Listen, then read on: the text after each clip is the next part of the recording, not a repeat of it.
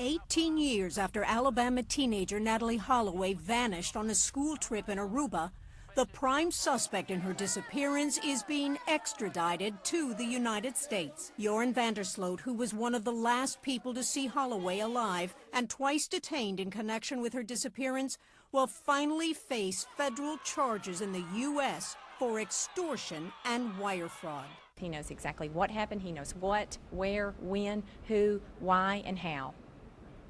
He knows the answers. He is accused of extorting thousands from Holloway's mother, Beth, in exchange for details on the location of her daughter's remains. According to legal documents in March 2010, Sloot, quote, offered to take the cooperating witness to the location of Natalee Holloway's body, advised as to the circumstances of her death, and identify those in her death and disappearance in return for a payment of $250,000. Papers were signed, a total of $25,000 was given to Sloot, and Holloway's attorney flew to Aruba. Sloot took the attorney to a house saying her body was buried within the foundation. Soon after fleeing to Peru with the $25,000, he emailed the Holloways saying, quote, he had lied about the location of Natalee's remains.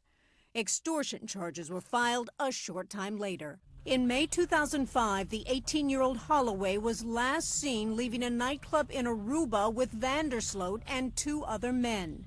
All three were charged by Aruban prosecutors in 2007 for involvement in manslaughter, but a judge ordered their release, citing a lack of direct evidence. Her body was never found. Beth Holloway said in a statement, she would be 36 years old now.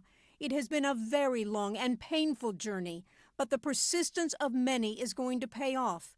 Together, we are finally getting justice for Natalee. After the U.S. legal proceedings conclude, Sloot will be sent back to Peru, according to a statement from Peru's judiciary, to a Peruvian prison where he is serving time for the murder of 21-year-old Stephany Flores. She was murdered 5 years after Holloway's disappearance.